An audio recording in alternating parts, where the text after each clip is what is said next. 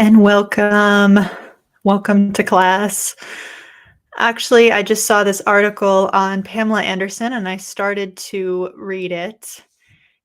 And then I was like, actually, this might make a better stream discussion because I think it hits on a lot of the things that we've talked about a lot and things that I'm interested specifically within feminism, like how we consider women to be public property, especially that comes more so for beautiful women or models or actresses and things like that. We just consider that they no longer belong to themselves, that they belong to us.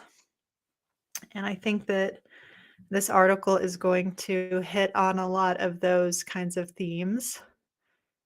And before we get into that, I wanted to, hello, Bababo, cute name. Why I have this pulled up, Feminist Fight Club. That is by the same author as this article, Jessica Bennett, who also did that quiz that Radical Ramblings and I did a few weeks ago, Is Radical Ramblings Woke? She was the author of that quiz about words that we do or don't say in our lexicon now, woke words like master bedroom or primary bedroom, whatever. So remember her from that. But she also authored this book, Feminist Fight Club, and obviously very intriguing title. And I was looking this up. I haven't read it, but I just wanted to look up some of the reviews on Goodreads to get a little idea. I don't really know that much about her as an author. And I came across this, not all women have vaginas. So people are kind of pressed that her book was so turfy. So I'm like, oh, okay. Maybe she's pretty cool, but I just wanted to show you that. Anyways, so the article that we are going to be reading and discussing today is about Pamela Anderson. And yeah, hi to everyone who's showing up. Thank you for coming. Just me today. Radical Ramblings is still on her hiatus, but she's gotten a lot better. So hopefully we'll be streaming together soon. And we have some gender critical stuff that we want to talk about. So I know that's everybody's favorite topic. Today we're going to be talking about the woman as public property, specifically beautiful women, models, actresses, and things like of that nature. And we're going to be looking at this article about Pamela Anderson. And what I thought was really interesting, I started to skim this article, and why I wanted to stream it was she has this little quote here. I'm probably a case study for any feminist. So I was like, I'm up to the task here. Let's do a case study of Pamela Anderson. So I did skim through this a little bit. I didn't read it. I wanted to save reading it for the stream. But some things that we might look for as we read this article, one theme that I think might come up quite a bit is the way that public ownership of women is normalized. So think about how magazines, tabloids, the media, tabloid TV, things like that. Think about how they talk about women's bodies. She lost weight, she gained weight, women's diets, like what people eat and stuff like that. Those are actually very private things. And yet we feel a sense of entitlement to own those aspects of women. And Chakana says, I saw the Hulu series. I guess was Pam and Tommy. I didn't see that. With like Lily James was in it. I heard it was pretty good. I don't know a lot about this, but I do know that Pamela Anderson was like a major icon when I was growing up in the 90s. And I think of really her and like Anna Nicole Smith as kind of embodying that very, the bright blonde hair and the sort of voluptuous body as, me growing up, like skinny, mousy child or whatever being like, "That's what I wanna be when I grow up as a woman," because those are the images that you just see as so glamorous and, like, you know, you see that it seems people are glorifying those women, right? But there's this very ugly side of the way that we as the public and the media treat those women. So I think that will be a theme throughout this article, the public ownership of women. And when I was thinking about the public ownership of women, and I think they do early on in the article mention like Britney Spears. Um, I mentioned like Anna Nicole Smith was another person of that era who was really just destroyed by her fame. Princess Diana, another person who was destroyed by her fame. And then I watched the Harry and Meghan. I watched the first 4 episodes of it. That's all I made it through. But Meghan Markle, I think, for better or worse, that has been treated very poorly. Whatever the truth is, we may never know. But we know that just these people eat these people alive, right? Eat these women alive. So um, that's cool. That's good to know. Um, how about this? I think of a woman just having a stomach being open to speculation regarding her being pregnant or not. Very true. And again, these are very private things that we make public. If the public owns a woman, does she no longer own herself? And what does that mean? And what's the implication of that? Does she lose control over certain aspects of her life? Right? Now we're in control of them, but we're not really good. We don't do a good job of controlling other people's lives. Um, Another theme that I think will come up in the article is trauma and reframing trauma. So the idea taking ourselves from a place of victimhood to a place of survivorship, which I think is a healthy way to reframe trauma. I know that some people think that concept of reframing trauma can be toxic in ways, and I would probably agree. But I think that's something Pamela Anderson has had to work through a lot of trauma in her life. And she has been able to take that victimhood identity and transform it into a survivorship identity. So, Pam was sorry, I don't have a good my screen setup's kind of weird today. Pam was warped by patriarchy too, not blaming, but she was vulnerable to the abuses of Hollywood. And I do believe the article talks about that, but she did experience some childhood sexual abuse. So, yeah, Chicana says more sympathy for her after watching it, what was done to her, and how she was treated for the porn video versus how he was treated. Yes, definitely. And for my younger viewers, just that, we kind of think of sex tapes or whatever as like this trope or meme or almost kind of thing, but like that was maybe the first one, or like that was not it was not a common thing, for um even famous people to be exposed in that very vulnerable way. And lest we remember says these women are sacrifices in a way. That is a really, really astute comment and very, very well said. Gotta clear my throat. Hold on. They are our sacrifices so the rest of us can, like, live a normal life or something, and you have to remember that no matter what your opinion of any of these people are, they are human beings, like, living their lives, and I think that's another broad topic or theme or question to ask ourselves as we digest this is this the deal that you make when you want to be famous, when you become famous? Is this just the thing that's what you signed up for? I think a lot of people would say that, well, that's what you signed up for. You wanted to be famous. This part comes along with it. It's necessarily a part of it. But I would tend to say, um, this is a great book. I read this book in high school. I actually did an independent study on Bret Easton Ellis, unbelievable. Um, but yeah, that's a fantastic, incredible novel. All of his books, I think, are very, very good. Um, no, I was thinking about normalization, normalizing how we treat women in this very abusive way.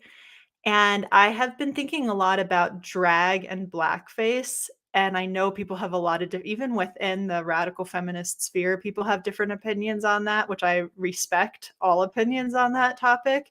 I would personally tend to say there are more overlaps between drag and blackface than there aren't.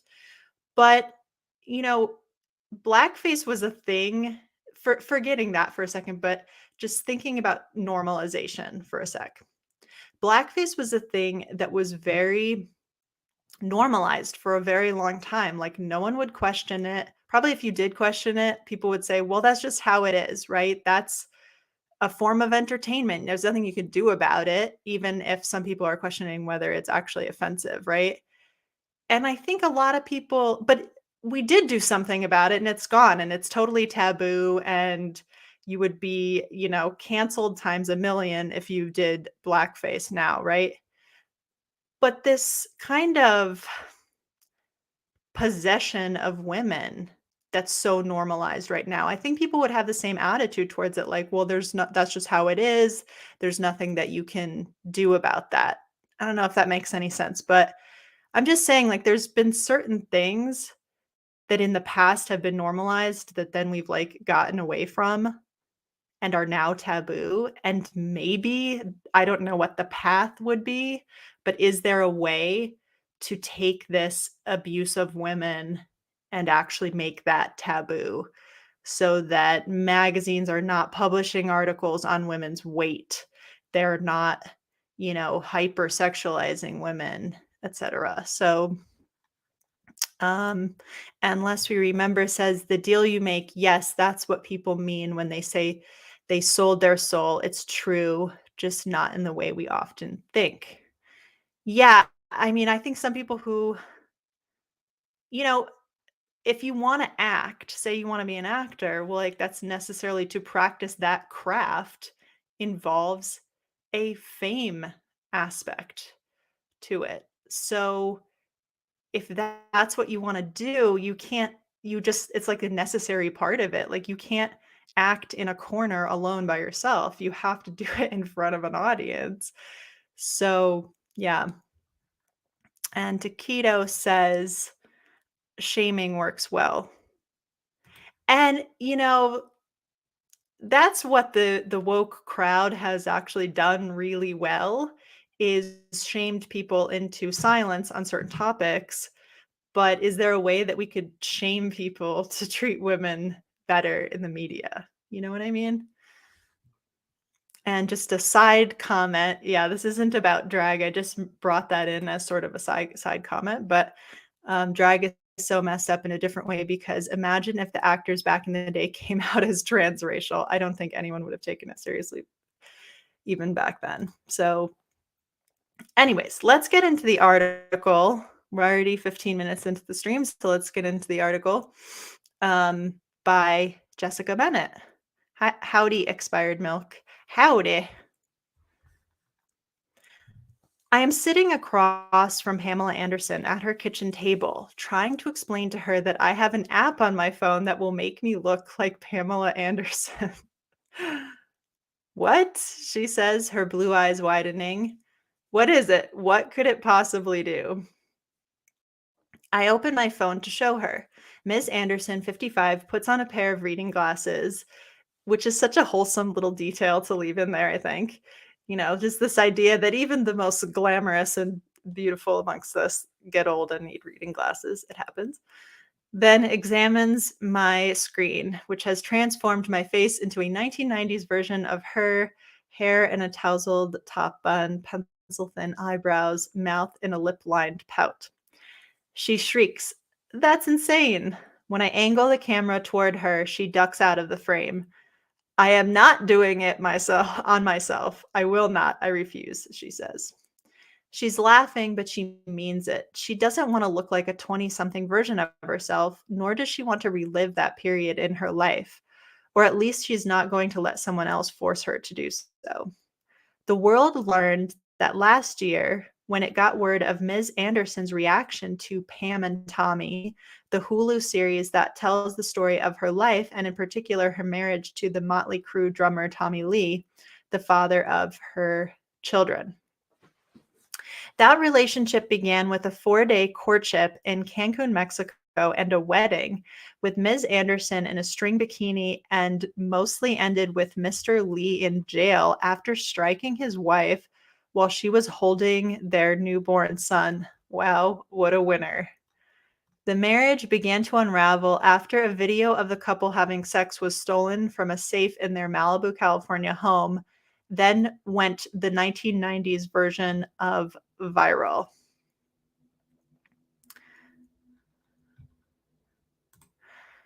Chicana says Pam is a distinctive class, though she sought a career as a Playboy centerfold in magazines. Not easy to get rights for this type of intellectual property. If you grew up in a certain era, you know about that tape. So this is very much the era that I grew up in. Maybe you even watched it. I have not seen it. The VHS was delivered wrapped in brown paper to the sticky hands of teenage boys, gross, and men all over the world, earning its distributors $77 million in less than 12 months. Yikes. Yeah, that is. How is that not like illegal? Like, are there not laws against that? That's insane. That seems very crazy.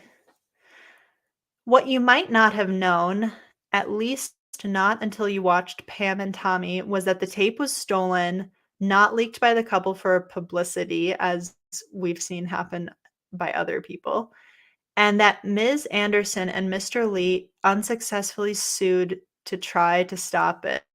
That's horrifying. What a like horrible failure of our justice system that they would. It just should like, ugh, prioritize like this disgusting capitalist pervert, like whatever, against someone, yeah, trying to keep some shred of their dignity. It also wasn't a sex tape, at least not originally. It was a 54-minute home video filmed during the early months of their relationship, roughly 8 minutes of which featured actual sex acts. Those moments were spliced together by skeezy porn distributors, turning him into a sex god and her into a punchline. Ugh. Hey, Joan of Arc.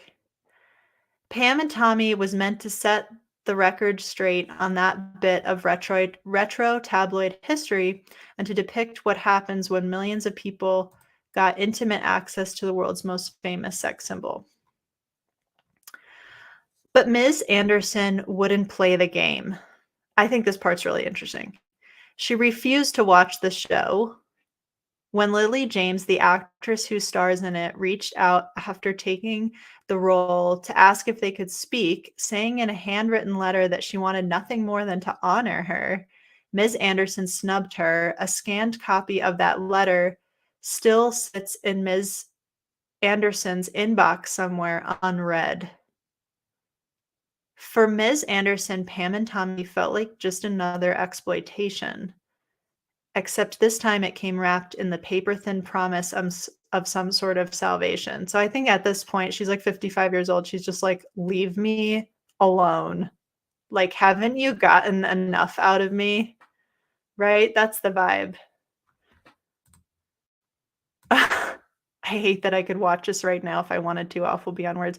Yeah, it's just like to have something so private out there for anyone to see. God, just like so violating, right? So freaking violating. I can't even believe that's, like pornography is so disgusting.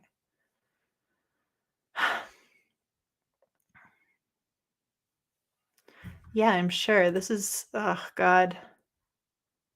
Yep.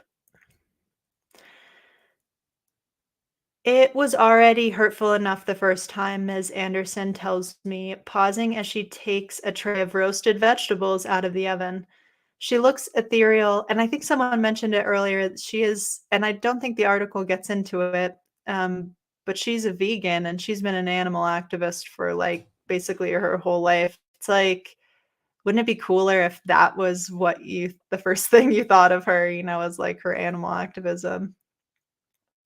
She looks ethereal in all white, barefaced, we love that, and in a pair of slippers against the backdrop of the snow outside. It's like one of those things where you're going, "Really? People are still capitalizing off that thing?" Yeah, like, move on. I could really see that. She experienced this really significant trauma, and then to have it brought up, at intervals where you're, like, constantly reminded of it. I feel like probably a lot of us can relate to that on, like, some level, right? If you've experienced trauma and then you're, like, reminded of it periodically, you have to relive it a little bit, and people should just be allowed to move on and move forward. Yes, when women are filmed in such ways and others, men can use and abuse them forever. It's beyond one act. Such a great point. She already tried and failed to get her justice in court. It's clear this retelling of her failing that isn't the win she wanted.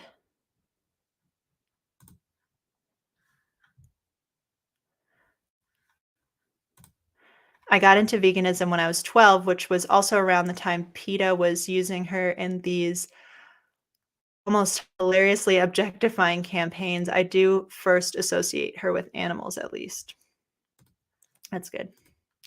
Okay, so she's asking, how are people still capitalizing off that thing? But really, the question is, how are people replaying my trauma for money and making me peripherally have to relive that trauma? She gets a letter, handwritten letter from the actress who's going to play her saying, I want to play you in a very kind and respectful way.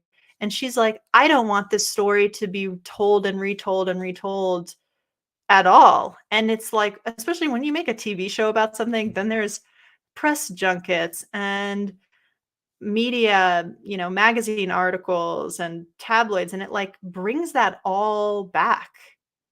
So I could see that. And then here we have a picture of her now today, still looking pretty glam, and she says, "I'm probably a case study for any feminist," which is the thing that seeing this caption made me want to do this as a stream.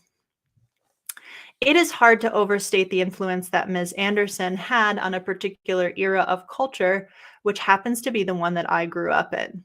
She was the distillation of straight male fantasy come to life, a small town Canadian girl next door who'd been transformed into pure American erotica. Yeah, I totally agree with that. It's hard to overstate the influence again for the younger people here. Like, um, this she was like it. She was like the quintessential hotness, and Baywatch was such a like famous, popular show too. Um, she was already a Playboy model when she helped make Baywatch, which was previously canceled, the most watched television show in the world, exporting the image of a platinum blonde, blue-eyed California dream running in slow motion in a red one-piece swimsuit to more than 140 countries. Yeah. Even 3 decades later, cosmetic surgeons credit Ms. Anderson with the ushering in an era of plastic surgery that made them rich. Yeah, I think that's really when things like liposuction and breast augmentation took off, like, majorly. I don't remember, well, I was very young before then, but I remember that being an era where people would go in to a plastic surgeon's office and, ask for a body like Pamela Anderson, or all the women on Baywatch had a slightly different body type, and I remember hearing about that it's like people would go in and request, like, a certain woman's body, which is insane. But it's very similar to, you know, what we have now. I'm sure that happens now, right? People go into the plastic surgeon, they're like, "I want what Kim Kardashian has," you know? Um, right.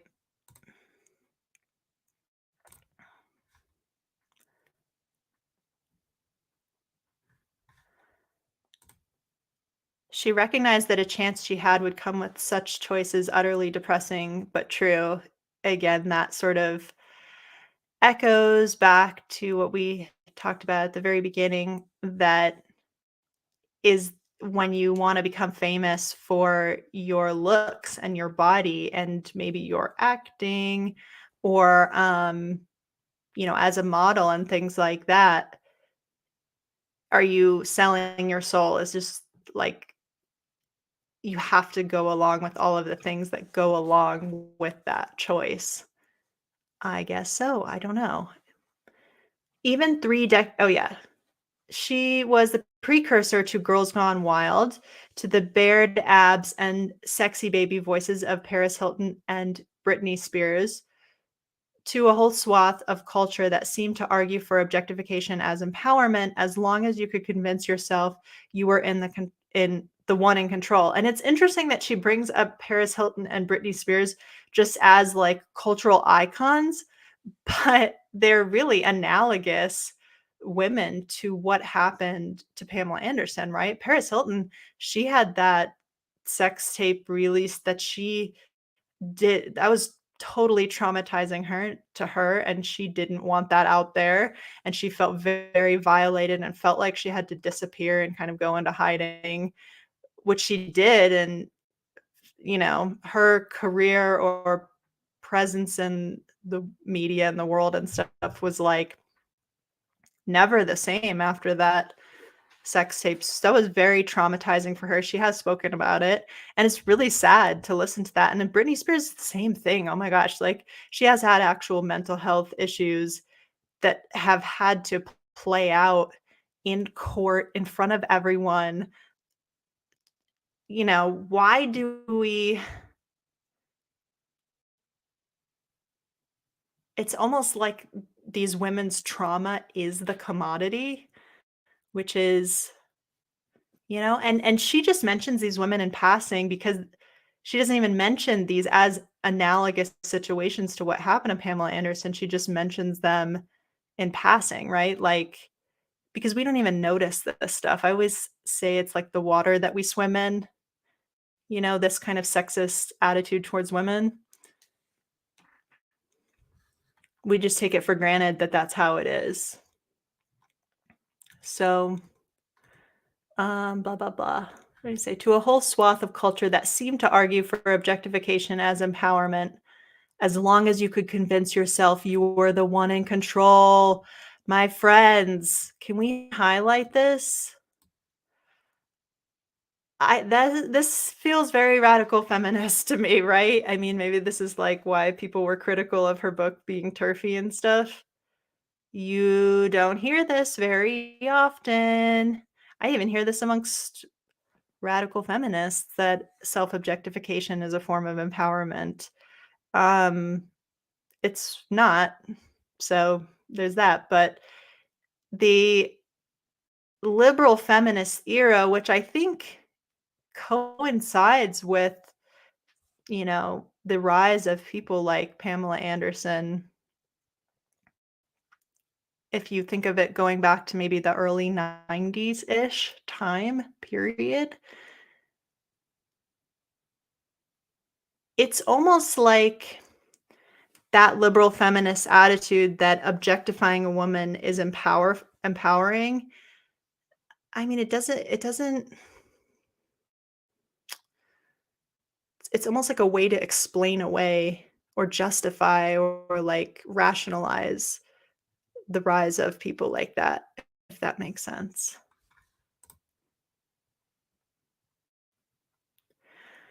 Um,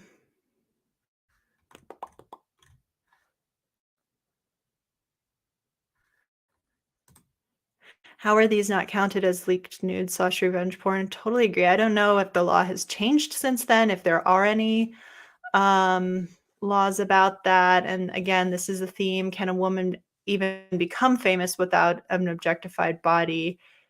Right. Like, why does that have to go along with it? That's a big question I have.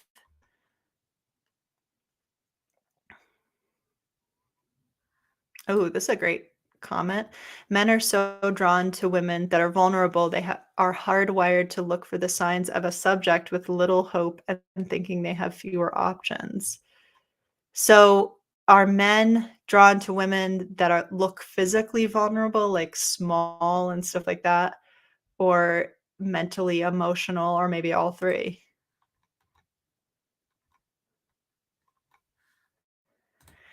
This is such a great comment too. Man, you guys are hitting out of the park today. Is it possible to name any of Pamela Anderson's peers without it being a woman who was also abused by Hollywood? Mm, I don't think it is. And yeah, I mean, it's just really wild. Let's see. I swear choice feminism got the traction it did because it's hard acknowledging the limits of your control. Yeah, and that's the appeal of choice feminism, right? It's like we don't actually choice feminism doesn't actually force you to acknowledge that women are objectified. It doesn't force you to acknowledge that women are seen as lesser or women are hated, and those things are very painful for women to acknowledge. So choice feminism says anything you do and everything you do is empowering to you, whether you feel empowered by it or not. And that's I came through that. I came through that to get to radical feminism. I did a lot of work, but and I've talked about this in the past, there were things that were being told to me that are empowering for women or empowering for me, and I was engaging with them and not feeling empowered. So I was like, I guess is the problem just me? So I'll give you an example I always use because this was really the turning point for me that switched my thinking and made me seek something else, which ended up being radical feminism. Um, but the Nicki Minaj video, Anaconda, I think it's like around 2014 or 15 or something like that. People were like, this is the pinnacle of female empowerment. Doesn't get any more empowering than this video, Anaconda. And I'm like, watching it being like, "This is so degrading." It's, like, so per se degrading, So you're trying to convince me that this thing is very d I thought the problem was me. I was like, "I don't feel empowered by this. I feel like this is degrading. What's wrong with me? I gotta get on board with this being empowering." And just once I realized that it's like, "Oh, other people see this as degrading too," like, wow, real thing. Okay. How do you reconcile your thoughts regarding women as property in the era of OnlyFans and taking control of their objectification? Well, that's very along the lines of what we're discussing right now, that some people think it's a cope, right? It's a cope. You can't actually take control of your own objectification. You cannot do that. That's just factually not possible. And this is great too. Nobody wants to have an external locus of control. So you want to feel like I'm in control. Like it's not the makeup industry telling me to put this on my face. I'm deciding to put this on my face. It's not the 30 years of advertising blitz I've been subjected to that tells me I'm ugly without this product that's making me use this product. It's my choice. It's my choice to use this product. So it's very appealing in that way. Self-objectification requires you submitting to the male gaze. It does not empower you/liberate you from the system. Preach. 100%. And this is beautiful too.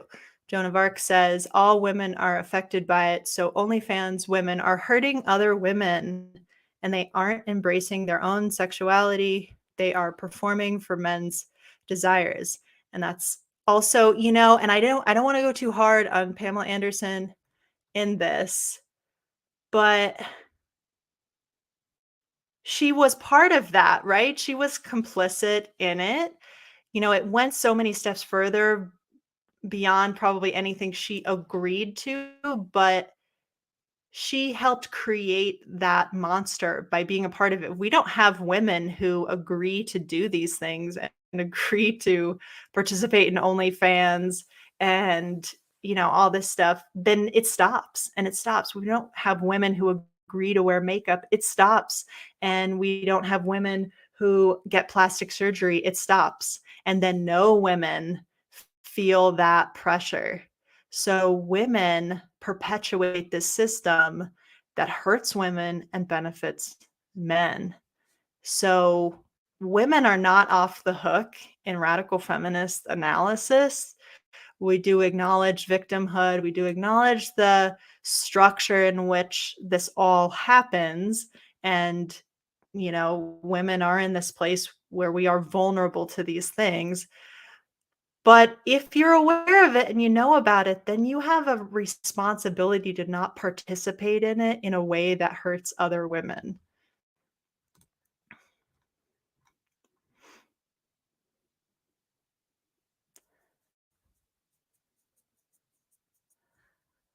Um, or the Instagram women eager to become an influencer off their selfies, which mainly are pictures of their best assets. Um, and again, yeah, it's the same thing. If you are enriched by it, that is not the same as being empowered by it. So you can make money off of posting pictures of your butt. That is not empowering. That's you participating in your own disempowerment. So it is not empowering, doesn't empower you, doesn't empower other women, doesn't advance the cause of women, doesn't lead to women's liberation. It keeps us trapped, and women can be complicit in it.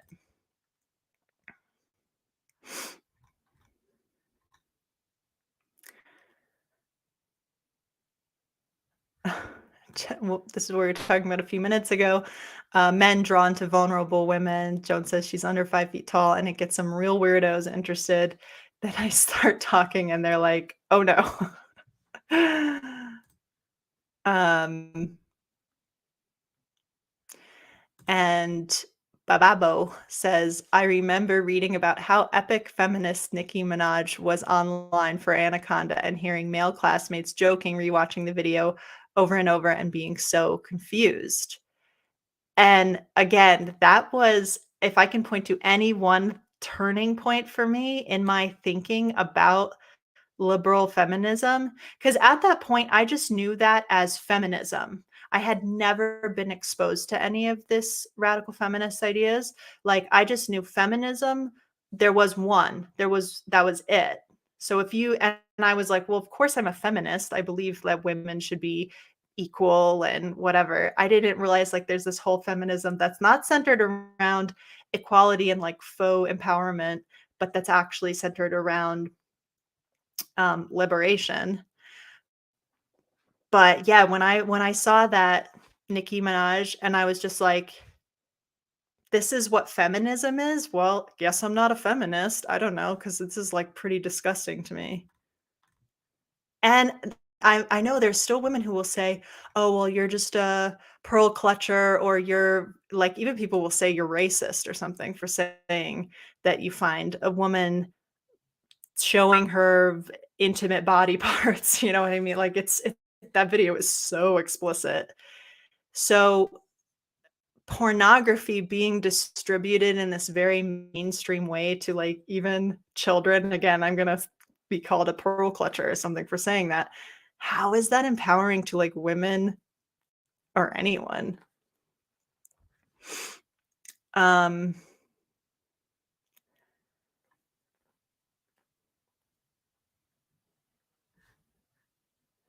okay, let's get back to the article. You guys, your comments are amazing. Comments are amazing. But yeah, this, So I love this is definitely a little grain of radical feminism in the New York Times. Fancy that. She says, to a whole swath of culture that seemed to argue for objectification as empowerment, as long as you could convince yourself you were in the one in control. So she really does bring home that idea of sort of the self delusion that you have to be under to see this kind of objectification or self objectification as empowering, and the coping that has to happen for you to get there. So, love that.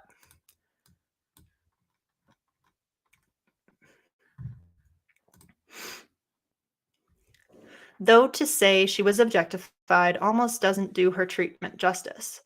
To look back on the many, many articles written about Ms. Anderson over the years is to learn that heads, as they always do, turn when she enters the room. That many of the words used to describe her start with the letter B: buxom, blonde, babylicious, bombshell, bodacious, and on the day and that on the day one women's magazine sat down to interview her, her freckles stood out more than her breasts. Gross. Like, ew. Imagine describing a woman like that. Like, I'm gonna need a shower after this stream. Am I physically attracted to Pamela Anderson? Of course. The critic Chuck Klosterman wrote in his low culture manifesto, Sex, Drugs, and Cocoa Puffs. But the more I see her, the more I realize I'm not looking at a person I'd like to sleep with. I'm looking at America. Weird. But if you really want to understand Ms. Anderson's cultural impact, simply try telling people you are writing an article about her. Women say things like, I starved myself to look like her, while men suggest you should take a selfie. What? I'm not going to read that. Or ask, are you sure you don't need an assistant? Oh my God, men are so creepy, right? Yes, all men. For years, Miss Anderson would say in interviews, I thought the novelty would wear off by now. It hasn't. She turns grown men into horny teenage versions of themselves. And then, of course, there's that tape. That tape, which helped normalize online pornography and quite literally popularize the internet. Yeah, that's such an early, right? That's very early internet, 2002 or something. They don't say what year it was, but it was like around then. It was a precursor to the celebrity sex tape as we know it, which I think is an era that has passed. People just do like OnlyFans now or whatever. Everything's so saturated with like porn and I don't know. Anyways, and ultimately contributed to the many of the privacy and revenge porn laws that would make it harder to distribute today. So we had some questions about that earlier, where the law stands on all of this now.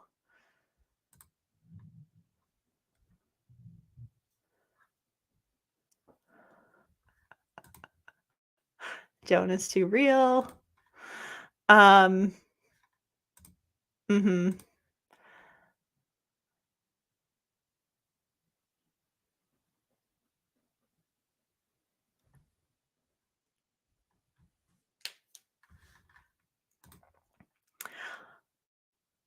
All of which made Ms. Anderson seem a perfect candidate for the kind of narrative reframing Pam and Tommy was offering, the kind we're offering up to all sorts of women these days as we look back on the tragedies of their lives with newer, more enlightened gaze. So I'm just going to pop open that link and see what.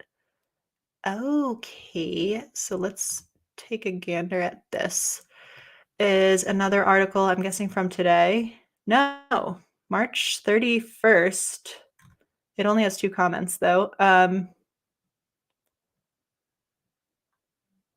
Why the sudden urge to reconsider famous women? Yeah, Monica Lewinsky is another one who really went through major trauma, and it was like she was a source of jokes, and, like, that was I grew up with that in a very formative time in my life, you know? Seeing that, oh, sh and she's re people blamed her for, like, why George W. Bush got elected. She was a ch just out of childhood when all of that happened. Like, are you freaking kidding me? You have this man who's, like, a serial womanizer, and people blamed Monica Lewinsky. Like, go to hell. You're adults. Like, I remember sort of being 8 or whatever years old. No, how old was I? Like, I don't know, 10 years old or something when all that was happening, and being like laughing along with it because I didn't really get it. But now it's like, damn, people, you were adults. You should have been responsible treating a woman like that who's barely more than a child, who's been like taken advantage of by the high whatever. It just makes me angry. Um as we look back on the tragedies of their lives with a newer, more enlightened gaze. So let me pop that open. Oh, okay. I actually remember this article. So let's take a gander at this. Um, and this is also by Jessica Bennett. So basically same story. She's looking at Pamela Anderson and Amber Heard, and I'm not getting into that. Okay.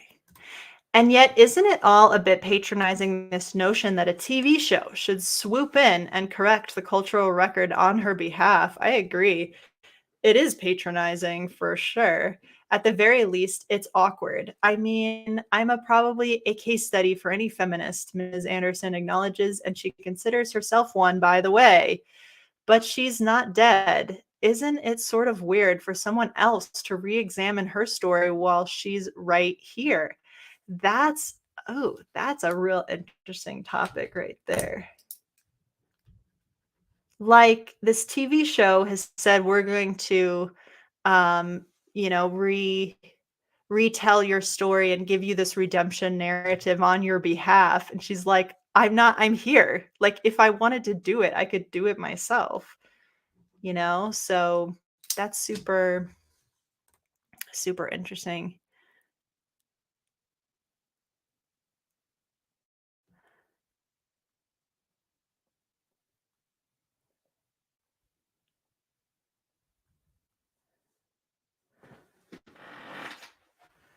Um, Elise says, as soon as not shaving, not wearing makeup, etc., became mainstream, 2012 to 2014, the whole actually wearing makeup and being hairless is empowering appeared. That's true too, and I feel like there was also that split in the early 1990s, like when I was growing up, because there was like this whole grunge aesthetic, and women were buying into that too, of just like wearing jeans and a flannel and like not shaving and not doing anything to your hair, but just like washing it and letting it air dry. And then at the same time, there was the rise of this like very hypersexualized creatures, like we're sorry to use the word creature, don't cancel me, that we're reading about in this article, or even people like Madonna and stuff like that, that was almost like it feels oddly reactionary. Like, actually, I think Madonna is another like liberal feminist icon, right? Because it's like, oh, capitalizing off your sexuality and doing it in a way that you say you're reclaiming it and and it's empowering, but you're still like acting out exactly what the stereotypical male fantasy is. I mean, this is such a great question. Can a woman ever be sexual without being objectified? If you guys want to discuss that amongst yourselves, I mean, that's a great question. I wish I had Radical here. I don't know how to answer that off the top of my head. Can you be sexual without being objectified? Perhaps not in the climate that we're in right now. I would tend to say if it's a yes or I don't think that's a yes or no question. I think that there's a lot of probably nuance and grayness to that question. I don't think it's a black and white thing, but I would say if I was pushed to a yes or no, I would probably say no. Um, can you be sexual in a public way and not be objectified by someone? Like, you're posting your say you're posting videos of yourself in a bikini or something like that. Someone's gonna come across it and objectify you, even if 99 people don't. There's just all sorts of examples, what's sexual and I'm not objectified, you know what I mean? Yeah, privately, totally different story. I mean, the most radical, the most black pill maybe would say you cannot have heterosexual sex and have it not be objectifying. It's per se objectifying. Um, but that's up to you guys to each come to your own conclusion on that probably. I'm not gonna say that I have the answer to that. That's 100% true, right? In every situation, but I feel like we all feel a little bit differently. Um, we who has not, right? We have all done this. This is part of the process, I feel like.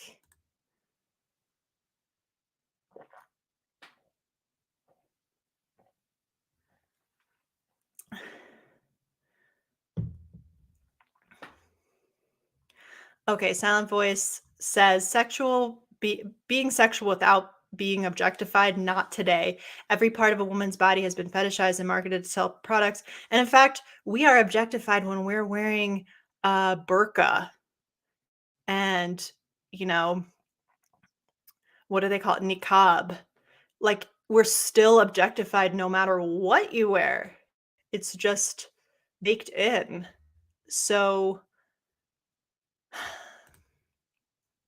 a lot of, this is something I have heard a lot from women who will say, um, and in fact, I did a poll about this over the summer that like, can a woman show her body or post naked pictures online or whatever and have it be non-sexual or non-objectifying? And there were women on this channel who were saying like, a woman's body is not inherently sexual, so a naked picture of a woman, even in a suggestive pose, is not sexual inherently. It's only the viewer which makes it sexual, which is a very postmodern way, actually, to view something like that. Like, oh, there is no objective um, situation here. It's all like what you make it in your mind.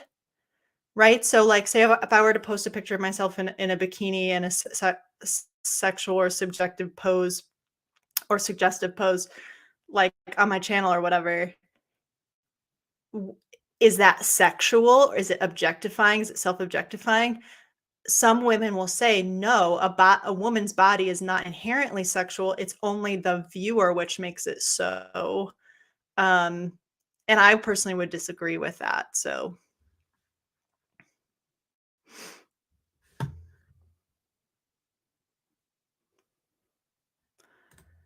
Okay.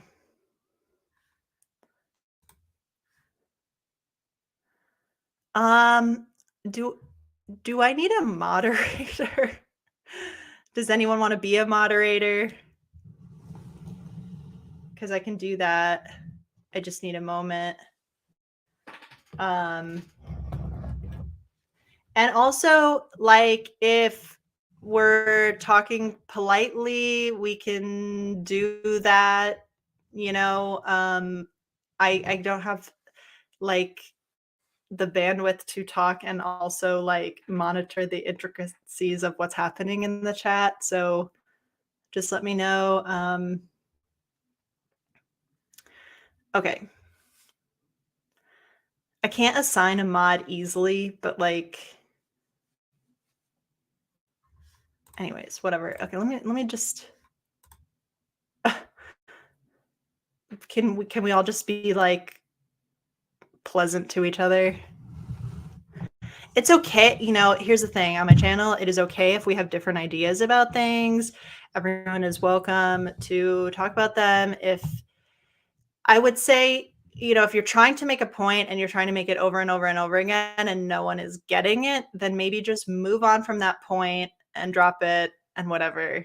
And that's the best way. I feel like I shouldn't have to tell you like how to act in the chat. Like we're adults, right? Okay, thank you. All right.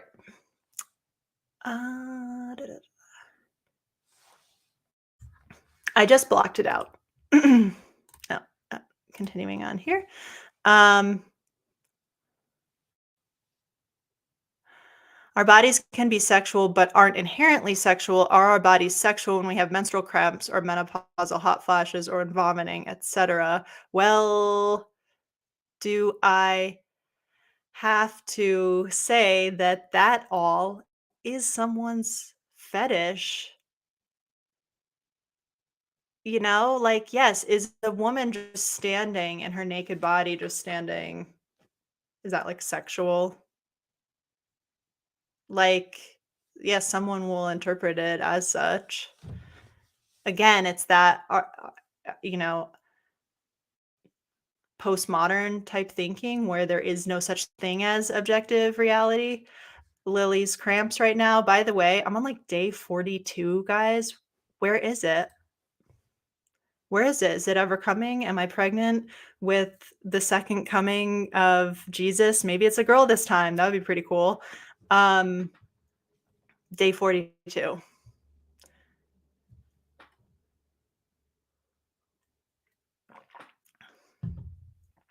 Okay.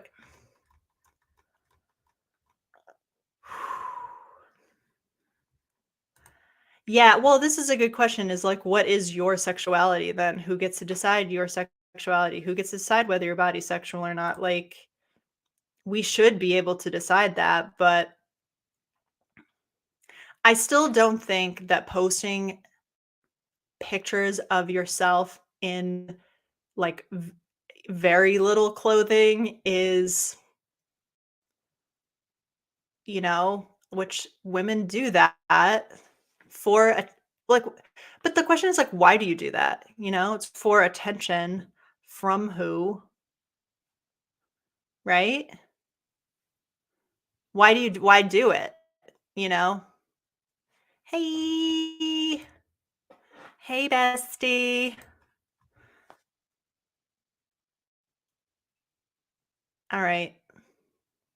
I don't know. I mean, these are all really good questions, but it's like, it's sort of like, what's the point? You know what I mean? I don't know if you get what I'm saying, but like, what's the point of doing that? Like, you want to explore your sexuality. I'm not saying to you particularly, I'm just saying as like a general, but like, do you get what I'm saying? Like, you want to explore your sexuality, and that's fine. But then, like, can you do that in public? Like, maybe exploring your sexuality should not be like a public thing. Why does that have to be a public thing? You know?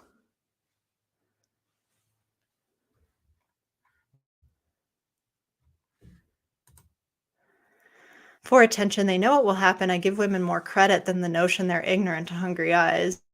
I mean, yeah, how could you honestly be like that dumb? Average IQ is 98, but like, please. Please. For the past few years, Ms. Anderson has been doing something of a re-examination herself. She sold her house in Malibu during the pandemic and moved back to her tiny hometown on Vancouver Island. That sounds nice. On a woodsy property next to the sea that she bought from her grandmother 2 decades ago, save for a brief relationship with a construction worker who was working on her house. You can read about that one in the tabloids, she says. This is the longest period she has ever been alone. Earlier in her career, pretty wholesome looking, wholesome-ish. Oh, okay. So an airsats version, top and the real rock and roll couple, Ms. Anderson and Tommy Lee Bottom.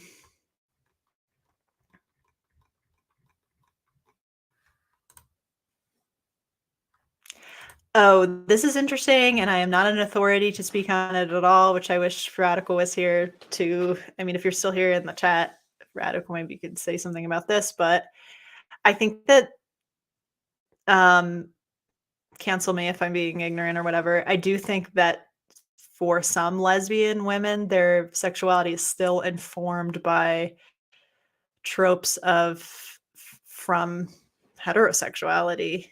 So I don't know if Sheila is also, I don't know if she is particularly, but, argues on behalf of what's it called?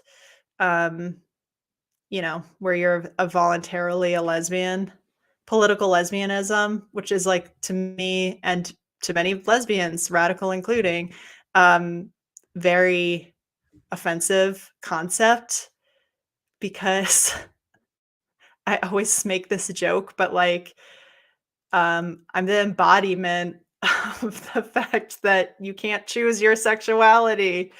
Because who would be with men if you could? Men are so disgusting. Anyways, like who would choose to be hetero, right? It was here in a modest house next door to her parents. She moved them onto the compound last year. That's sweet. With her three dogs roaming the garden, where she began writing down her life story. Want to do something awkward? Ms. Anderson jokes when I first meet her. Write about a book about your life and then move your parents in next door. At first, she thought she might post snippets on her website. A website, by the way, she only recently gained control of after years of impersonators using it to sell fake merch and cheap Viagra.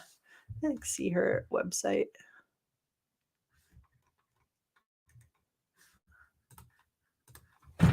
Whoa. She have like PamelaAnderson.com.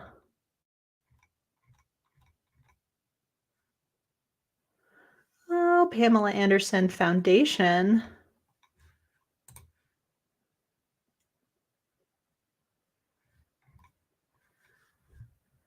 Okay, so this is her website.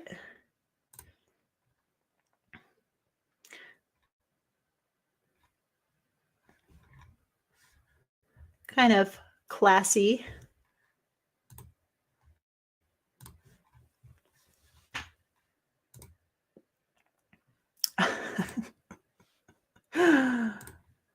Ah. Then she thought she might just write it all down for her sons, Brandon and Dylan Lee, who are now grown and living in Los Angeles. But eventually, at the urging of her elder son, Brandon, the unofficial keeper of his mom's legacy, I work for him, she jokes. Oh, boy, mom, alert. She decided to publish it, really publish it in memoir form. Love, Pamela will be released this month in tandem with a Netflix documentary co-produced by Brandon that provides a kind of visual accompaniment. So she got a Netflix documentary coming out on January 31st, which is probably why this article exists. The book is a mix of narrative and poetry. Yes, Pamela Anderson writes poetry. Good for her. That's pretty cool. A chronology of her life, beginning to end, my first memory to my last, that she hopes will, if not exactly set the record straight, she is hesitant to use that phrasing, just explain her to a world that has long assumed it already understood her. So that comes back to the idea of letting women tell their own stories rather than making assumptions about them.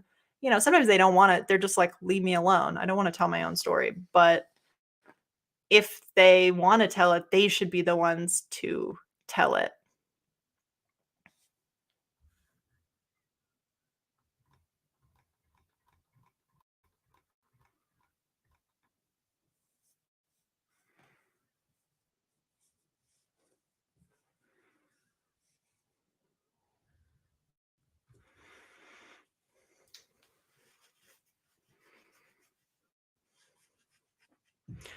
Oh, I cannot wait. I would love to hear about that because I just it is a very contentious issue, in this community at least.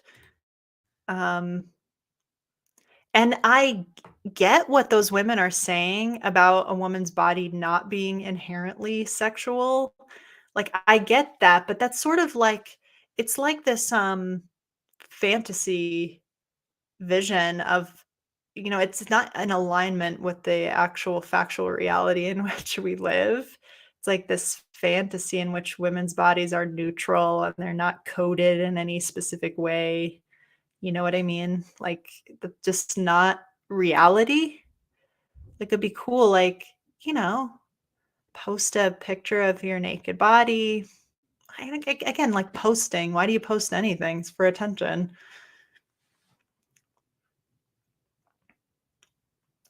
If you grew up thinking Miss Anderson had an upbringing as sun-kissed as her hair, you would be wrong. She grew up poor, with a violent father she says has softened in his older age, and a mother who tried to leave him more than once but always returned.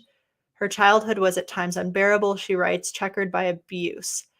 It's interesting that this writer starts off this by saying, if you grew up thinking Ms. Anderson had an upbringing as sun-kissed as her hair, like, would anyone think that? Like, who gets into doing Playboy and stuff? There's, like, almost, like, 100% that they had some trauma. You don't really get into stuff like that. I mean, many of us have trauma anyways, and some of us who are traumatized turn to things like that. Not everyone does, and again, not 100% of everyone who does that stuff is doing it as a result of trauma, but that's probably very, very common. If you wanna consider Playboy to be quote unquote "sex work," I hate that term so much, but, um, what's the percentage of women who are in sex work, um, who have childhood trauma? She writes that she was molested by a babysitter she eventually stood up to, telling her she hoped she died. Oh my god, only to learn not long after that the girl died in a car accident. Oh my god, this is so traumatizing. She couldn't tell her parents, she writes, because then they'd know that I'd killed her with my magical mind. Damn.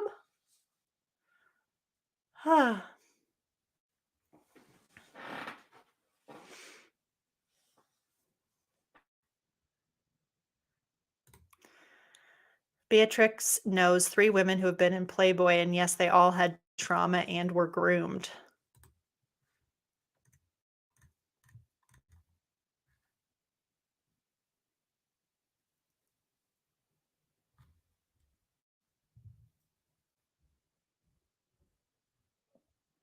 Ooh, this is a really interesting comment. You know how in an ideal world we should be colorblind, but since we're not, it makes sense to consider race when making certain decisions. Yes, and a lot of people will say being colorblind is being racist because you know, there are times when affirmative action or whatever makes more sense. I wonder if you could make sense of the women's bodies aren't inherently sexual thing in a similar way. I get what you're saying.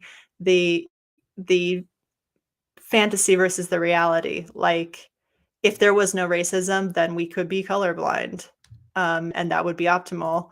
And if there was no sexualizing of women, then we could just enjoy our bodies as they are and share them and whatever. And there would be nothing like inherently sexual about it. But yeah, okay. Silent Voice, who is an expert on the topic, says the sex trade trauma before unknown, but PTSD, CPTSD is 69%. Nice. Just kidding. Yeah, it's like super common, and even things like head trauma and stuff. Um, Even when you consider not suffering head trauma on the job, but even coming into doing that work, having experienced previous head trauma, if you know what I'm talking about, um, it's like head trauma is very common in prostituted women. So not just emotional, psychological abuse and things like that, but even physical um, trauma. And yeah, it does lead women to do this stuff. There's a huge association with it.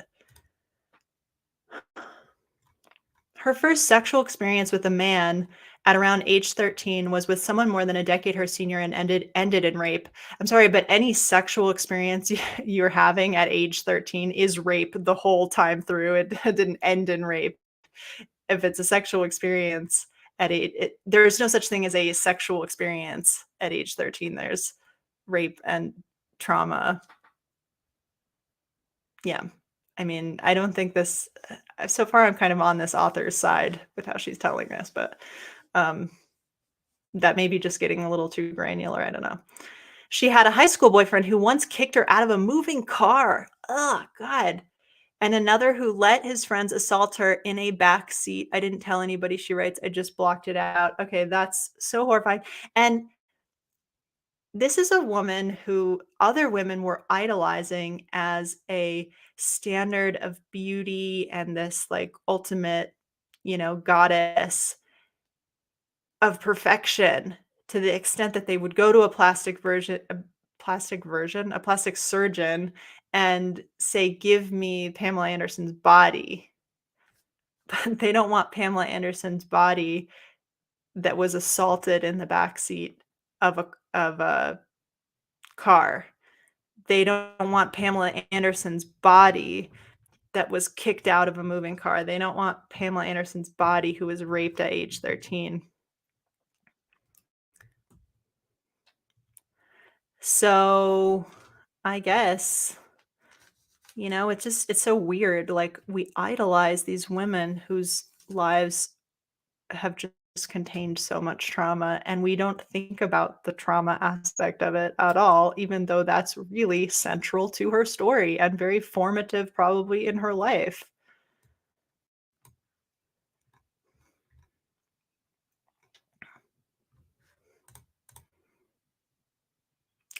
Women's bodies are treated like decorative displays. We're objectified for as long as there are men in the world with us. It seems so obvious.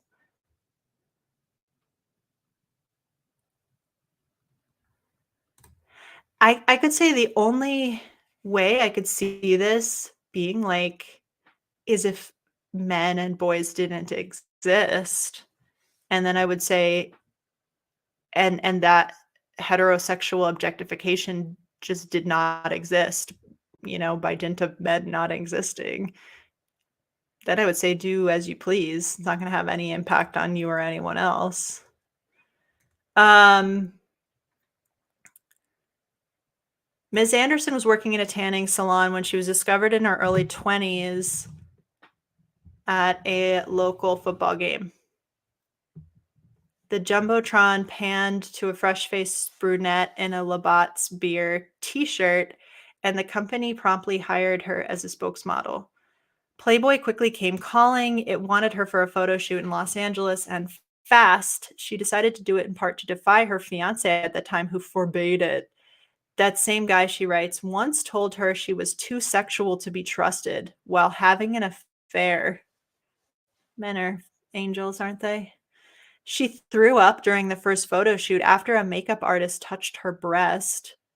I couldn't believe a woman had touched me there. I just couldn't, she writes. She would go on to pose for more covers of Playboy than anyone else in the magazine's history, including its last nude issue, published in 2015, in which she wore nothing but a gold choker smelling sex. Oh my God, there's so much there, right? Women objectifying other women. I couldn't believe a woman had touched me there. The trauma of vomiting because someone's touched you inappropriately at your workplace, essentially. Yeah, it's pretty messed up. I'm realizing that I think you guys can hold on, let me just turn this down. My computer is like getting ready for takeoff. Like whatever. Oh, it's because of that graphic is like too much bandwidth for my computer. Okay. Have a lovely day.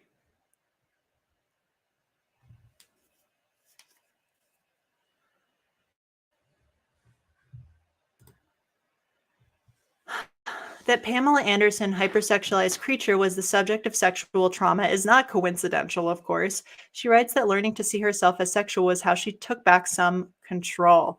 It was my choice. She writes of her decision to pose nude, but it also gave some people the impetus, sadly, to treat me without respect. So there is your choice feminism. Really great for women, isn't it? Isn't choice feminism just great for women? Like, it's her choice, but it's not leading to anything good for her. How about when your choices hurt you or other women, you know?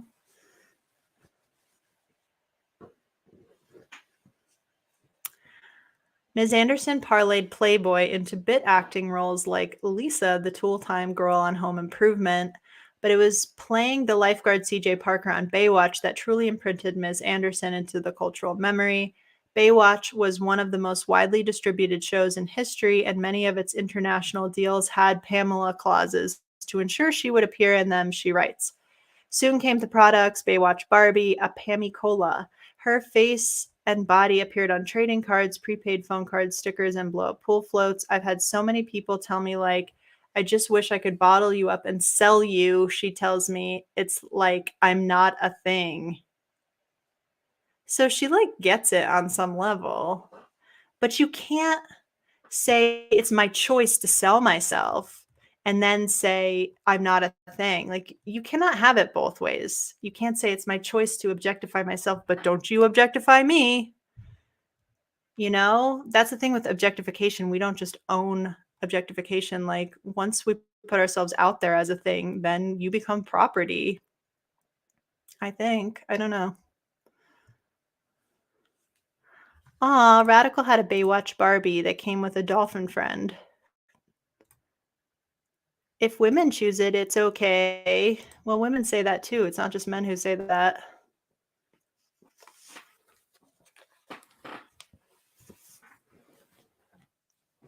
I'm getting hot.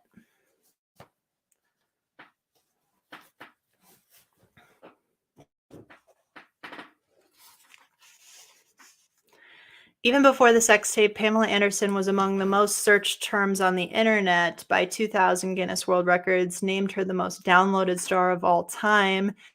It sent her a plaque, she says. She made little on those offshoots, of course. At the time she negotiated her contract with Baywatch, she says she had no agent and no management. She'd hardly heard terms like syndication and merchandising rights, let alone knew how to negotiate for them. I was a little girl from Canada coming here and running on a beach. Like, how would you think that would make any money? Sex tape or no sex tape, there was not much variation to the Pamela Anderson brand from that point forward. She had been a babe with tools, then a babe on a beach. She'd go on to play a babe who was a bounty hunter, barbed wire, a babe mistaken for a bodyguard, VIP, a babe who works in a bookstore, stacked, get it, one of two blonde babes in a film called Blonde and Blonder, and a babe playing herself, the American obsession of a Kazakh reporter named Borat.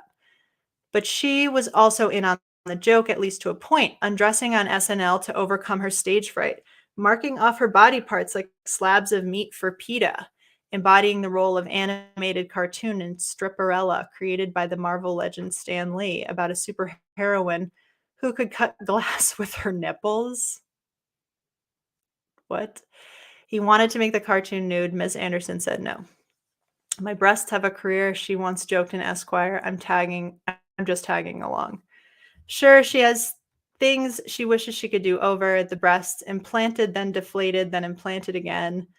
A vicious cycle, she writes. The marriages, a handful of them, to men who seem to progressively get worse, she jokes.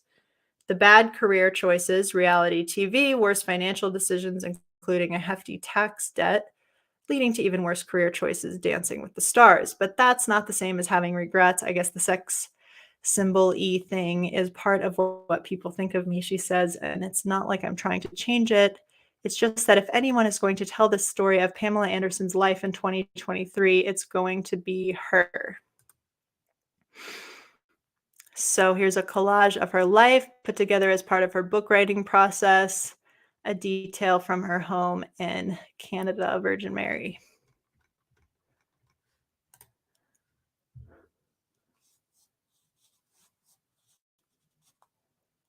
Ooh, this is really great. Do we think we're also encouraged to emulate these women down to the ignoring our own sexual trauma? Brilliant. Brilliant. Very well said. All right. I'm not a damsel in distress. There was a certain dance that we expected from women who made a living in part off being beautiful in the 1990s, or maybe that we have always expected from sex symbols. We expected to talk about their bodies in front of them and have them laugh along. We expected them to embody perfection, but resented them for conforming to an unattainable ideal. We expected them to have higher aspirations, but sneered at any suggestion they could. Ms. Anderson, for the most part, did this dance effortlessly. She was grateful for the hand she was dealt, happy for the opportunity, humbled by her sliver of success, even if she'd never had the chance to really show what I'm capable of, she says. So these are all really I think this is very well written couple of paragraphs here. There was a certain dance that we expected from women who made a living off of being beautiful. And that's kind of what we started off the conversation talking about is, the way that we expect a part ownership in these women or complete ownership of them, that they should not actually own themselves, that they should meet all these expectations without really having any demands of their own or, having any ownership of themselves. Like we, uh, they're supposed to give themselves over completely to this public, you know, ownership. But now there is a new dance we expect, often from these same women. If they're among those who in the past were treated particularly unkindly, those for whom there was a sex tape, a conservatorship, Britney Spears, an affair, a drug overdose, we offer them redemption in exchange for their publicly living through it all again. Mm. Pamela Anderson does not want to do this dance. She is telling her story, yes, and that story may confirm many of the things people assumed about her. But in the years since that tape was released, she also didn't collapse. She raised two sons who are her staunchest defenders. She has designed vegan accessories, published a series of novels, co wrote a book of relationship advice, produced a documentary about meat, started a foundation, and became something of an art muse. Last year, she made her debut on Broadway in Chicago. Wow. Playing the role of the misunderstood seductress Roxy Hart, a character with whom she said she felt a particular kinship. Her performance was surprisingly well received. But that's the thing about that whole dumb blonde trope, Ms. Anderson, says Riley. I can only surprise people. Yeah, she does seem like a smart cookie. She's doing a lot of stuff. Seems like she's capable of a lot more than what people, might have assumed about her, right? Maybe she was selling herself short from the beginning, that she has all of these talents apparently in writing and the musical theater and all of this other stuff. She could have been tapping into, or maybe no one would have seen her that way and no one would have let her be that way for herself. But for years, she says she resisted offers to do projects about her life, unconvinced anyone needed to hear from her, content with her mark on the culture without wanting to challenge it. She isn't after validation or affirmation and is not particularly concerned about her legacy. But the book, she says, stirred something primal in her. Hey, Mariana. She says it's the first thing in her life over which she has had complete control, down to the copy edits, which she insisted on transferring into the manuscript herself, and losing that control was not an option. It really was life or death, she said. I felt I needed to tell my story, and I really couldn't let anybody do it but me. All right, so we're coming to the end here. We forget sometimes when we talk about the idea of agency that it's as much about the stories we tell ourselves as it is about the actions we take. It's not just about what happened to us, it's about the role we feel we played in what happened. It's the difference between posing for Playboy and a stolen sex tape. Wow, this is like very interesting. Um, Agency, really at the heart of feminism. It's like one of the because it's really the thing that divides the liberal choice feminism, which is truly anti-feminism actually, and radical feminism is is this idea of agency, right? Oh, this is nice. Thank you. Audiobook. Um, it's the difference between posing for Playboy and a stolen sex tape. I actually would say that they are really not that different. They're really not that different. It's really the same thing in two different picture frames. It's the same thing in two different picture frames. Playboy is also objectifying. A sex tape is violating and objectifying. Playboy is violating and objectifying. I don't see that they're really that different, but someone will say, well, I chose to be in Playboy. I didn't choose to have the sex tape out there. Well, why did you choose to be in Playboy when you have this history of trauma and everything else? And being in Playboy was also a traumatizing experience for you. It's why hearing someone recount your life to you can make you feel sick, while telling your own story in your own words can feel like a matter of survival. Yeah, I don't know. Is being self-aware that you're an object really active and not passive? Like, exactly. Exactly. Like, oh, you're participating in your abuse versus it's like if you were into BDSM or something and it's like, well, I'm choosing to be like beaten up versus like someone's just beating you up, that there's a difference between that. And some people absolutely would argue that there is. And other people would be like, it's very hard to see that.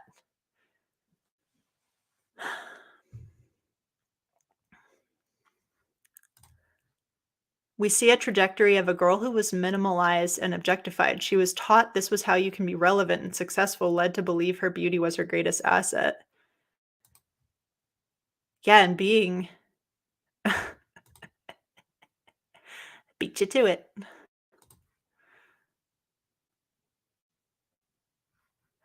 Without knowing, she put a finger on what's wrong with the lie of choice feminism. Yeah, they're the same. It's like that meme, right? They're the same picture. They're the same picture. Posing in Playboy, having your sex tape stolen. Maybe if neither of those things happened to you, like, you'd be, like, in a better place. You don't need the Playboy as a part of your narrative. In the trailer for Pamela: A Love Story, Ms. Anderson and her son, Brandon, present through a series of clips how she was exploited, lost control of her image, and had to make a career out of the pieces left, but the trailer is ultimately defiant. I did watch the trailer for that. It looks pretty good, like, I wouldn't not watch it. Um, "I'm not the damsel in distress," a barefaced Ms. Anderson declares at one point. By the way, she looks great without makeup, as does any woman who doesn't wear makeup. Um, then suggests she'll do all the interviews naked. But the tone, as always with Pamela Anderson, is light and charming, but the message is clear. You spent years gawking at me, drooling over me, reducing me to a punchline. Don't you dare feel good about yourselves for rescuing me now. Well, I think she's got a point there. Think she's got a point there.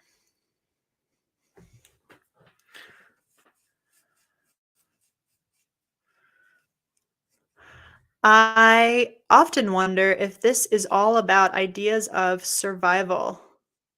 Survival in a world where objectification of women is like a key cornerstone part of the world. How do we survive within it? We wear makeup, we post pictures of ourselves, we do whatever. Um, eh, it's survival without liberation, you know? Maybe it's more important to work towards liberation, which also you can survive doing that too. How do you use your body as a sexual object to empower yourself? You are your body. You are not taking control. You are enthusiastically submitting. Totally agree. It's not empowering to participate in your own slavery, like literally by the definition of empowering. Oh, welcome back. Welcome back. Talking about all the same stuff. Okay, so let's take a gander at the comments.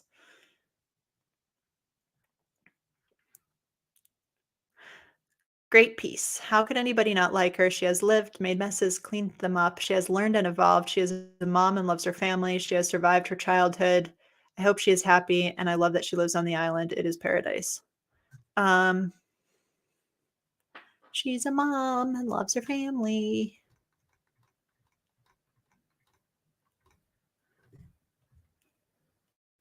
I think that where she is now, there is like a redemption arc to it, but I don't know, like just looking back on this whole article, like she still doesn't get it. That's the thing, like, she still doesn't get that, like, she did help create this monster that then she is, running from. And how much responsibility do we put on her for her own victimhood? That is a good question. There are situations in which women are complicit in the things that happen to them. I am not a victim blamer. I would tend to probably blame the person who raped her when she was 13 more than I would blame her or this terrible household she came from or all of the, you know, being abused in the backseat of a car. Like, who are all the men who did all that? Maybe they're to blame. Yeah, she posed in Playboy. She chose it. That's such bullshit, by the way. Um, that seemed like the best option that she probably had. So, I don't know. I spent years without anyone seeing me without makeup, only to stop it all. That was over a decade ago, and it's awesome. Yay! Bravo. Brava. Good job. Good job. Um, yes, those would be good. Bare face gets trendy. Well, it's gonna take women showing their bare face right here. Um,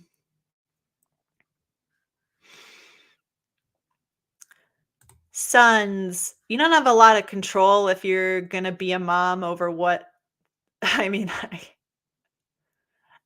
I think sex selective abortion is not really a thing in America, so, um, I don't think you have much control that they're gonna come out sons, but yes, boy mom, my biggest nightmare. Yay, this is nice. Since I stopped wearing makeup, I've had time for better things like eating breakfast in the morning before going to class. Good for you. She was groomed. I don't blame her. Yeah, I would say that's my conclusion from reading this thing too. Is let's see. If I just show just my face, it's gonna be too overwhelming. Hi.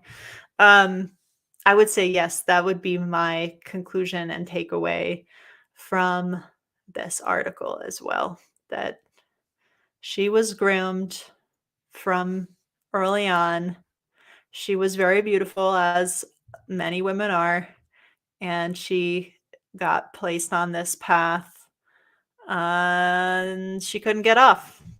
And turns out she didn't enjoy it, as probably most women on that path would not. And yet women desire that.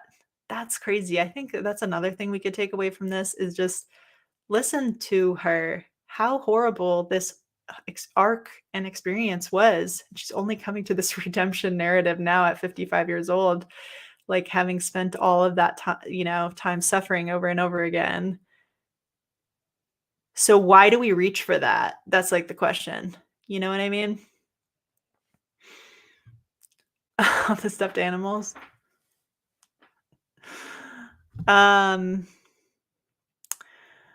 So yeah, this is not my bedroom, by the way. This is my office is in my guest bedroom anyways, but I got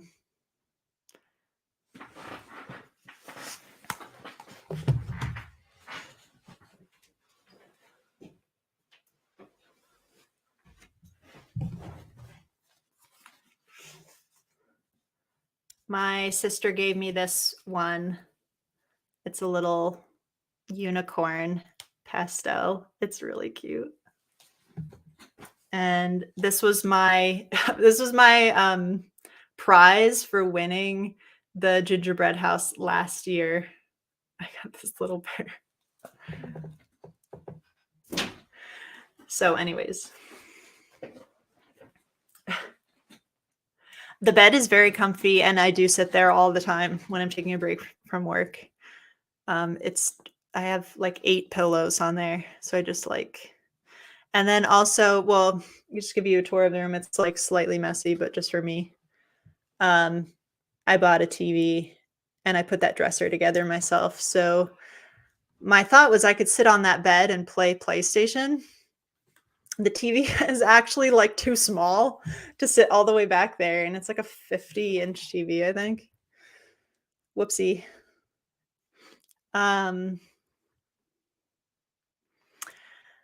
So I've never worn makeup or shaved my body hair regularly, and that always surprises people. No makeup, no shaving, no hair products other than an odd bit of gel. So much money and time saved. And my instincts are way better. Interesting. Oh, this is good. Try it and see what happens. I was terrified for the first few days until I realized nobody seemed to care. I don't know if I can show you guys what my legs look like. But I go to the pool like this. Like people who are afraid to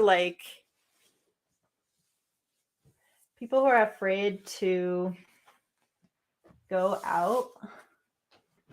Okay, hold on. My camera is like at a weird angle, but I do yoga every day, so I should be able to make this happen. Okay. That's what my legs look like. I don't know if you can tell. They're very hairy. And I love it. I do will admit that I do buzz my legs like maybe 3 times a year or something because it just gets too long and it gets annoying like tactily. But besides that, I really don't care. I don't care.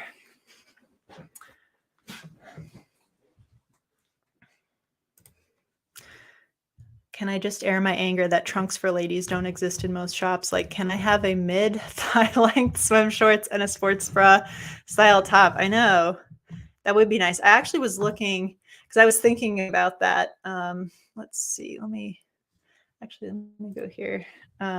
There's a name for it. Swimsuit for women, 2 knees. I don't know. Well, there's like modest swimsuits, but there's like a specific here.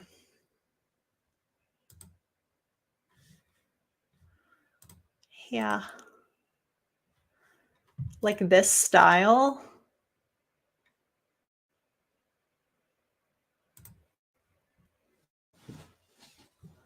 I thought about getting one this style. You know, I'm always freezing in the pool.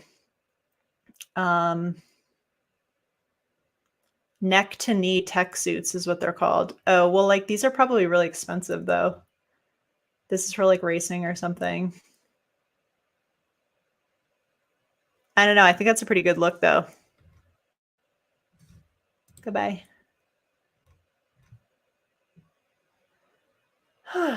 Okay, anyways.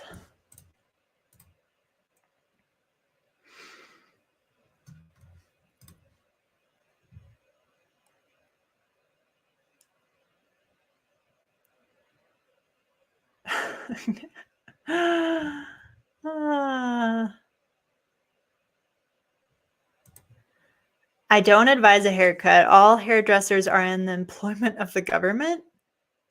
Hairs are your aerials. They pick up signals from the cosmos. Thank you. Oh, yes. Bababo. What emphasis, what syllable does the emphasis fall on that? Bababo, bababo, or bababo? Funny we're talking about swim clothes and Pamela Anderson. I know, true.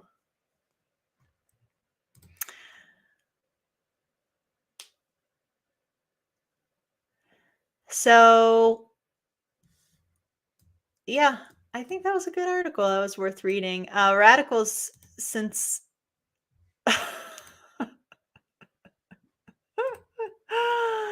y'all are so funny. Since Radical's here, y'all peer pressure her into streaming with me, so I don't have to do it by myself. She's better enough.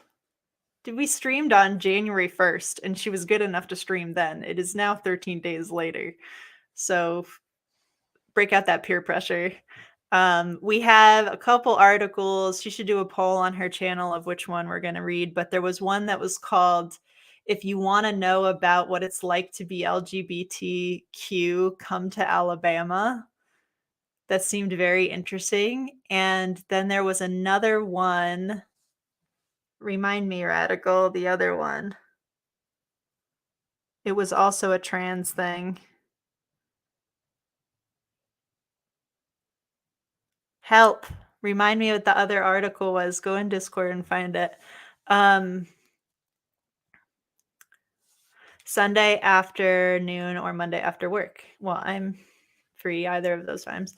Yeah, anyways. And then I was going to say what we should do when we read that TQ stuff is like challenge ourselves to approach it with maximal compassion. Because it's very easy when these people are so over the top and ridiculous to really make fun. Oh, yeah. Oh, there was that one too. So we had 3 articles. That was the one that you sent. Radical sent me an article about how trans are seeking like political asylum or something in Europe. But then in the article, they interviewed someone from Europe and they were like, "Don't come here." That was really funny. But it's also hilarious too, because it's like you have literally the president of the United States is like on their side, on their team, and they're like, "We're so persecuted. It's like we're in Germany in 1993 or 1933 and we're the Jews." And like, what? You literally have the president being like, "We need to pass more laws to safeguard their health care."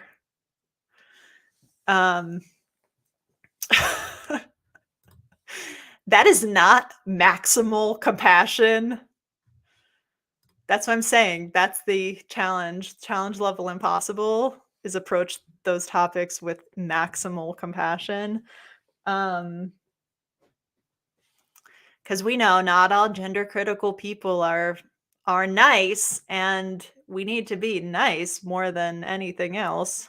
But actually, I really do believe like in treating everything with compassion. There really isn't any reason not to. I don't think that it's a matter of like coercing women to be nice, to ask ourselves to have compassion. But yeah, no, nice films, I'm like a huge fan.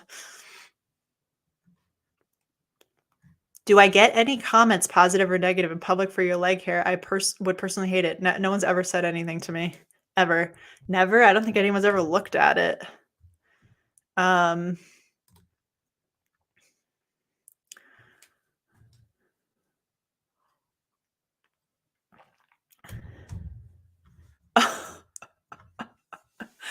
Beatrix. Oh my. Oh my. Um, yeah, put up those 3 articles, but I definitely wanna read the one about the exiles because that was freaking hilarious. I'm trying to here, let me go on Discord and see what the other one was.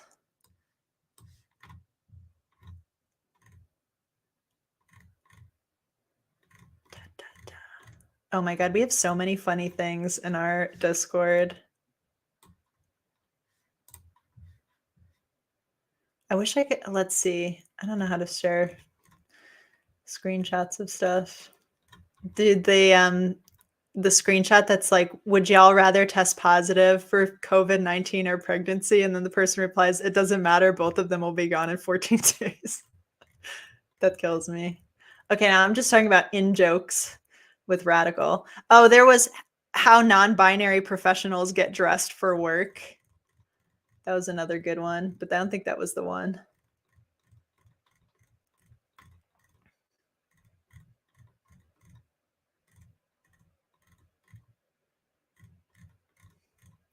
Dude, we have like where have you been? I'm having to go back very far in our thing. It was that swimmer from Yale, Isaac Hennig, a woman who I chose to compete as my true trans self. I win less, but I live more. And that's another one to approach with maximal compassion. And actually, I do have a lot of compassion for a delusional woman who is having surgeries and taking um, drugs that are ultimately going to be bad for her health. Um, so, I mean, I think all of us have compassion for that, which is good. So, yep, there's no Discord for this channel at this juncture. What's the point of non-binary if you need rules? Great question.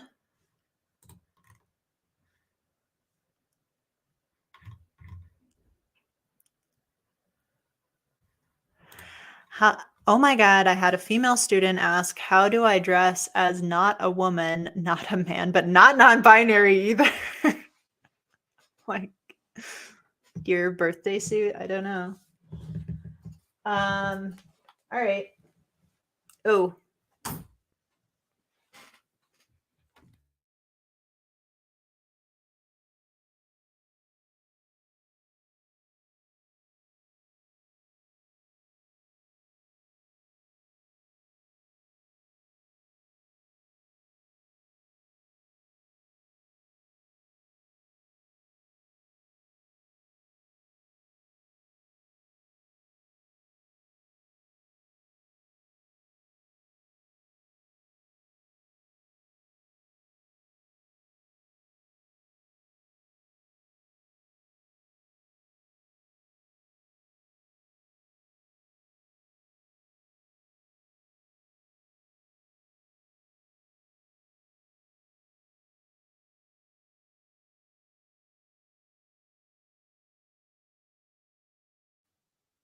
Hi, can you hear me now?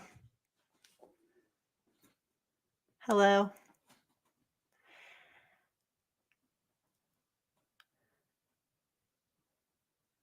So, anything else y'all want to talk about? I think that article was pretty good. I feel like I learned a little bit.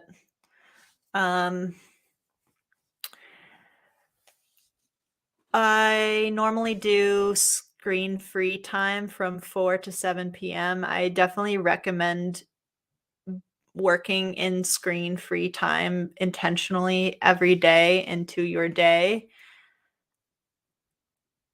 Yes, there's time. Yep, go right on ahead. Also, in an ideal world, I would do the first hour of the day screen-free, so from, like, when I wake up to 1 hour past that. I don't wake up at the same time every day, but, like, I wake up about 7:30, so, like, 7:30 to 8:30 screen-free, then whatever, then 4 to 7 screen-free, and then after 10 p.m. That would be, like, my dream, but I'm very addicted to the internet. Uh, the internet addiction, I mean, like, thank God I'm addicted to the internet, not like heroin or something, but the internet addiction is like very hard beast to overcome. And it's what's really funny is that some people, um, let's remember, hold on. So some people want to say that internet addiction is not like a real thing actually, and I'm absolutely living proof that it is, but women being used to lure women into abductions. Yeah, I mean, there are women human traffickers, there's, like, Ghislaine Maxwell type people all over the place, and women cult members and cult leader not so much cult leaders, but cult leadership. Um, but yeah. Lily says, "I'm heavily addicted to my phone, and I'm not sure how to break this." I know. Well, I'm saying, like, have have 1, 2, 3 hours a day where you say, "I am just not gonna use it at all." It kinda almost happened to you yesterday? More details, please? No way of knowing for sure, and that's honestly the worst part. That's terrifying. Well, I'm glad it didn't happen to you. Scary. No way of knowing for sure, and honestly, that's the worst part, but maybe just move on, but that is scary. I don't know what to tell you. Besides, that's awful, I don't know.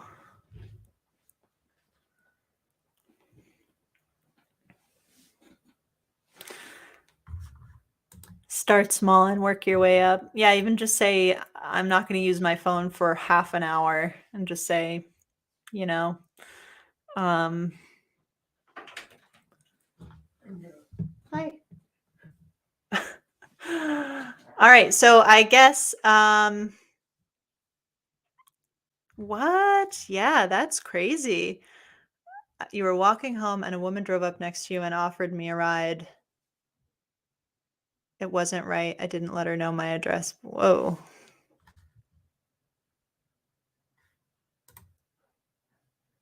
Stranger danger. I'm assuming you live in an urban area, but that is, like, very scary. Very scary.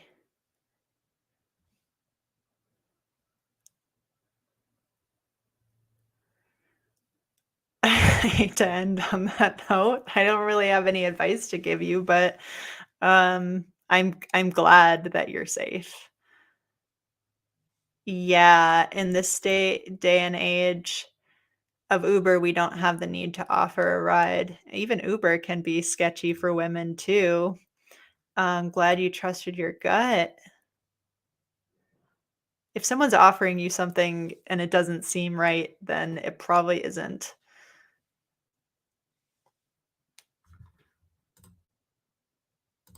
You have to always just watch out for yourself. That is crazy. That's crazy. Um, I don't have a lot to say about it though. But I'm glad that you brought that up so that other women can be aware that there are predators out there and that um just to be very aware of your surroundings at all time. I think it's a really good advice to women is do not ever wear headphones outside ever. Do not ever wear headphones outside. Don't be on your phone, looking down at your phone. You're, like, outside, and especially in an urban area, phone is in the pocket or in your bag or whatever, and be looking around because people will sneak up on you. Um, yeah. Oh god. This actually was, like, happening in the UK, like, 2 years ago. That was a major issue, and I remember having some feminist discussions about that, about being like, "Why are women still going to" it was happening in clubs that women were getting stuck with syringes, and it had happened to, like, 140 women or something like that, and the women were still going to these clubs, and it's like, well, at that point, you have to like, put some responsibility on the woman, right? You can't just be like, "Oh, they didn't know," you know? It's like women at this specific club in the UK, or it was like 2 or 3 clubs or something, they were getting men were coming up and just jabbed them with the syringe full of like, Rohypnol or, some kind of tranquilizer type thing. And then they get sleepy and the man, you know, uh violates them or whatever. Um, so if you know that's happened 140 times, like, why would you go to that club? I'm very, like, paranoid and scared of everything anyways and, like, super anxious. It's like, if I know something like that's happening, you think you're gonna go, and it's not gonna happen to you, you know? So dumb. So dumb. It's like, at that point, you have to blame the women. Sorry. The first 140 times, blame the man. After that, and they know that's going on, no, you are responsible, I'm sorry. You are responsible at that point for your own safety. Come on, fool me once, shame on you, fool me twice, shame on me. Or as George W. Bush said, "Can't fool me twice." Um, are we supposed to be on high alert all the time? How can we mentally cope with that? Why is it suggested to us? It's just the reality of how things are, so I think there are things you can absolutely do to increase your safety, which is like travel in groups. Travel with a friend that you trust. Make girlfriends that have your back. Avoid, stranger danger is very little percentage wise of the crime against women. Like it happens, but it's mainly men that you are having sex with. So my personal advice is don't have sex with men. You're going to avoid a lot of danger that way. Like a real practical thing that you actually can do to increase your safety.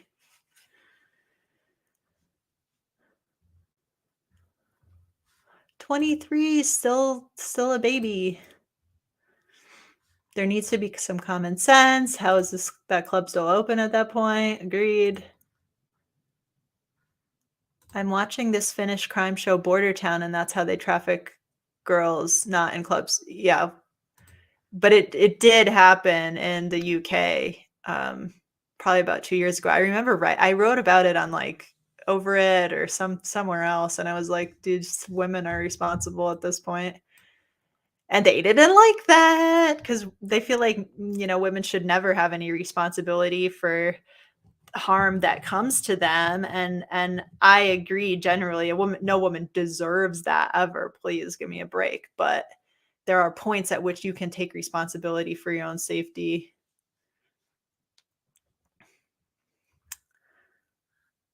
Those clubs should have increased security to protect patrons. The responsibility is on them to keep their business safe.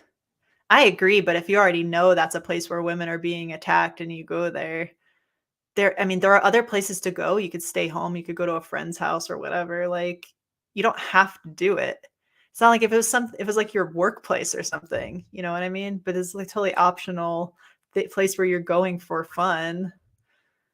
I worked in a bar, bartender, and alerted security to a woman who had been drink spiked. Security treated me like I wasted their time because it wasn't violence to them. God, that's horrifying.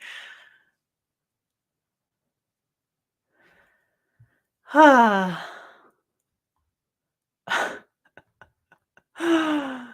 right. No, I'm just laughing at this, but this is like another topic. I'll be back soon. It's 4:01, so it's screen-free time. I wish you all a wonderful day. Thank you for spending the last couple hours with me. This was super fun.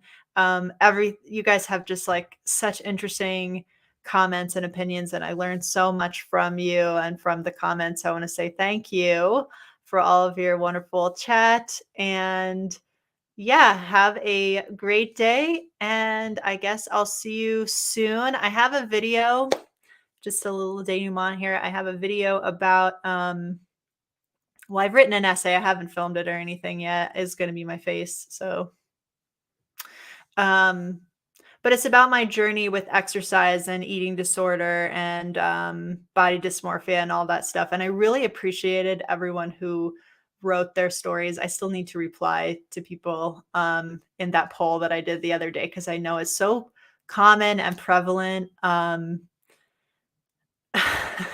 Radicals, my biggest cheerleader. And I mentioned you in the video too, because you're my angel. But yeah, all that stuff, it's so prevalent. And then like last summer, the reason I left YouTube was because I was getting really bullied about that because I talked about this thing that was so vulnerable to me, which is having an eating disorder and body dysmorphia and this like whack relationship to exercise.